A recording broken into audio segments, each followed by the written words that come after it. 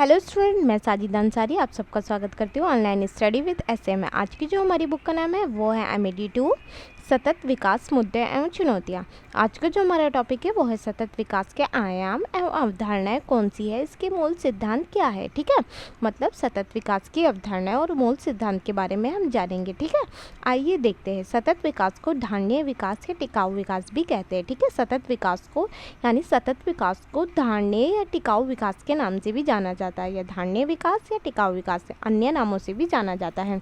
सतत विकास की वह प्रक्रिया है जिसके द्वारा पर्यावरण तथा प्राकृतिक संसाधनों को नुकसान पहुंचाए बगैर वर्तमान पीढ़ी तथा भावी पीढ़ी के जीवन की गुणवत्ता में सुधार करना। ठीक है, कहने का मतलब ये सतत विकास वो विकास है, मतलब विकास इस तरीके से किया जाए कि पर्यावरण को और प्रकृति के जो संसाधन है ना, उन्हें किसी भी प्रकार का नुकसान नहीं होना चाहिए और वर्तमान पीढ़ी भी उसका उपयोग कर सके और आने वाली पीढ़ियों के लिए भी वे बचे रहे।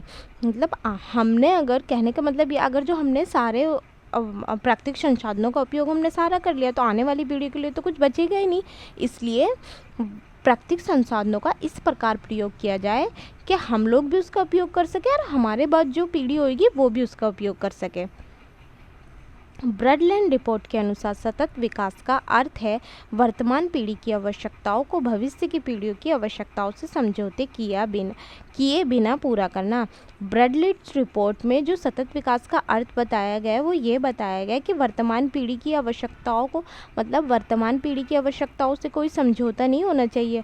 उन्हें वर्तमान पीढ़ी को भी प्राकृतिक संसाधन मिलने चाहिए, कोई समझौता नहीं होना चाहिए, कोई कमी नहीं होनी चाहिए, कोई कोताही नहीं होनी चाहिए, लेकिन भविष्य की पीढ़ियों के लिए भी वो बचने चाहिए, भविष्य की पीढ़ियों के लिए भी वो पूरे होने चाहिए। अतः सतत विकास का अर्थ उस विकास से है जिसे निरंतर चालू रहना चाहिए।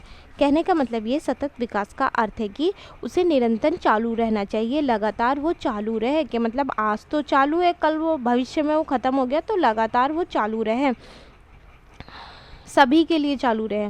ये सभी लोगों के जीवन की गुणवत्ता में सतत सुधार की रचना है, जैसे प्रति व्यक्ति आय में वृद्धि, शिक्षा में सुधार, स्वास्थ्य तथा जीवन की सामान्य गुणवत्ता में सुधार, प्राकृतिक पर्यावरणीय संसाधनों की गुणवत्ता में सुधार। ठीक है,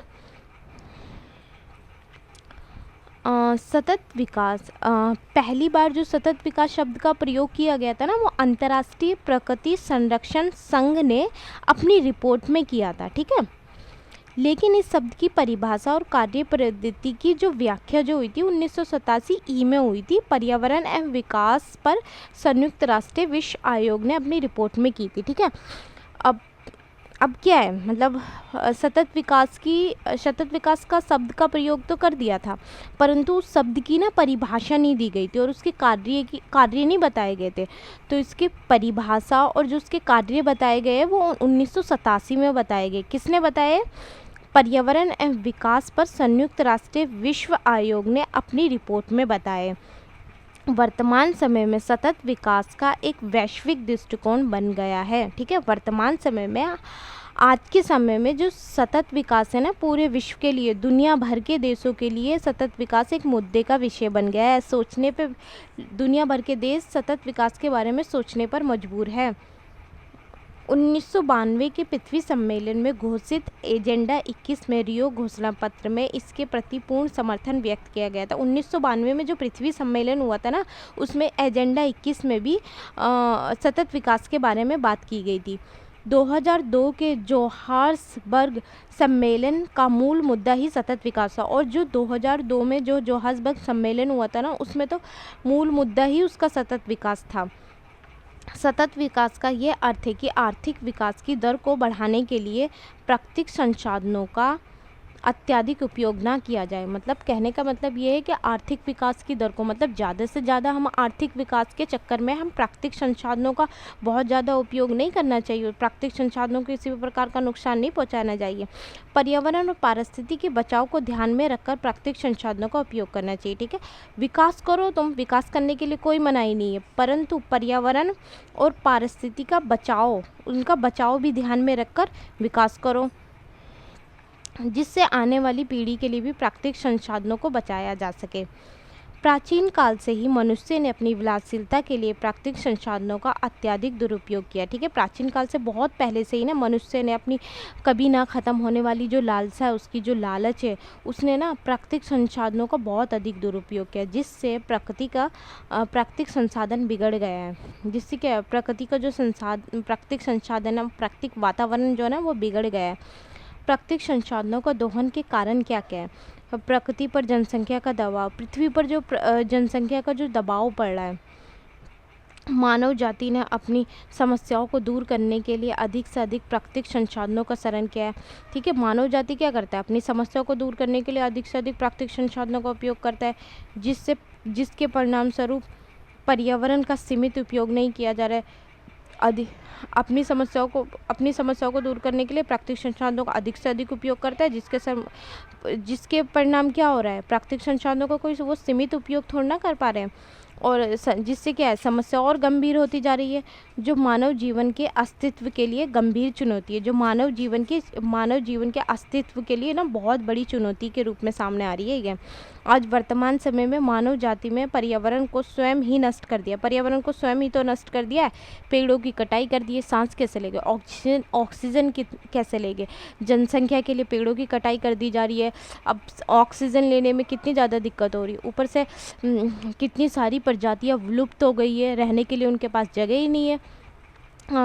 ये जलवायु परिवर्तन हो रहा है, बिन मौसम बारिश हो रही है, कहीं पर बहुत ज़्यादा सूखा हो रहा है, हिमगिरे पिघल रहे हैं।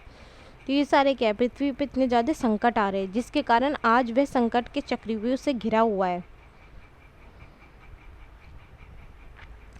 अब हम सतत विकास के उद्देश्यों के बारे में बात करेंगे। पहले से हुए पर्यावरण व जैविक नुकसान की भरपाई करना। ठीक है, पहले से पर्यावरण पे जो भी नुकसान हुआ है ना, बहुत पहले से, बाद में इस पर्यावरण के बारे में सोचा गया है ना, तो पहले से जो नुकसान हुए, जो भी जैविक नुकसान हुए, उसकी भरपाई करना, यानी आगे ऐसा ना हो और उस पर नियंत्रण पाया जाए। ठीक है, मतलब कुछ ऐसी नीतियाँ बनाई जाए कि आगे ऐसा ना हो और उस पर नियंत्रण पाया जाए। प्रौद्योगिकी, सेकंड पॉइंट है, प्रौद्योगिकी इस प्रकार की जाए जो प्रकृति को किसी भी प्रकार का नुकसान ना पहुंचाए। ठीक है, प्रौद्योगिकी करो, औद्योगिकरण करो, प्रौद्योगिकी करो, उसके लिए कोई मनाही नहीं है, परंतु प्रकृति को किसी भी प्रकार का नुकसान नहीं पहुंचना चाहिए। प्रौद्योगिकी प्रकृति के नियमों के अनुकूल होनी चाहिए। प्रौद्योगिकी जो वो प्रकृति के नियमों के अनुकूल होनी चाहिए, प्रकृति को उसका कोई नुकसान नहीं होना चाहिए, उसके अनुकूल होनी चाहिए, प्रतिकूल नहीं।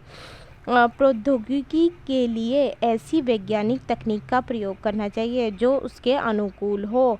प्रौद्योगिकी करने के लिए ऐसी वैज्ञानिक तकनीक का प्रयोग करना चाहिए जो प्रकृति के अनुकूल हो, जिससे प्रकृति के संसाधनों को किसी भी प्रकार का नुकसान ना पहुँचे। पृथ्वी के प्राकृतिक संसाधनों को व्यर्थ नहीं करना चाहिए। ठीक है, प्राकृतिक संसाधनों को उस फालतू में वेस्ट नहीं करना चाहिए तथा दुरुपयोग भी नहीं करना चाहिए। प्राकृतिक संसाधनों का ज़्यादा से ज़्यादा संरक्षण करना चाहिए, ज़्यादा से ज़्यादा उसका बचाव करना चाहिए, ज़्यादा से ज़्यादा उसकी रक्षा करनी चाहिए। ठीक है, तभी तो हमारा जीवन भी संभव हो पाएगा पृथ्वी पर। प्राकृतिक संसाधन ही तो हमें जीवित रख पा रहे, हवा, पेड़ पौधे, पानी, धूप, इन सारी चीज़ों के कारण ही तो हमारा पृथ्वी पर जीवन संभव है। प्रदूषण एवं पर्यावरण क्षरण पर नियंत्रण करना, प्रदूषण पर नियंत्रण करना, पर्यावरण क्षति जो पहुंची है उस पर नियंत्रण करना सतत विकास का ये उद्देश्य है। आर्थिक वृद्धि सतत विकास से संबंधित हो। ठीक है, आर्थिक वृद्धि करो, उसके लिए कोई मनाही नहीं है, बहुत करो आर्थिक वृद्धि, परंतु सतत विकास से संबंधित हो।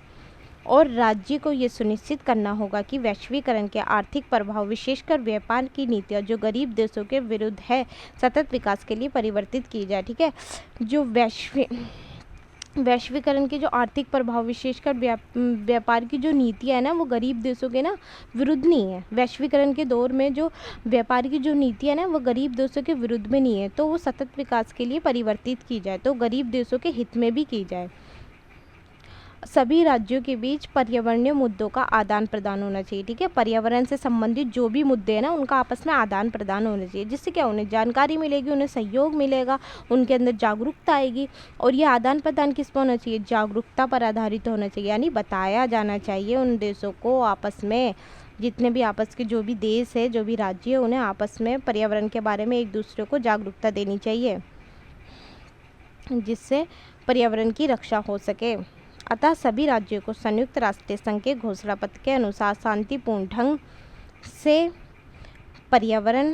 पर्यावरणीय विवाद को हल करना चाहिए। ठीक है, शांतिपूर्ण ढंग से पर्यावरण के विवाद को हल करना चाहिए। ठीक है, और प्रत्येक व्यक्ति व राज्य को सतत विकास के प्राप्ति के लिए सहयोग करना चाहिए, और सभी व्यक्तियों को और राज्यों की ये जिम्मेदारी होनी चाहिए कि सतत विकास के लक्ष्य को हम प्राप्त कर सकें, उन्हें सहयोग देना चाहिए।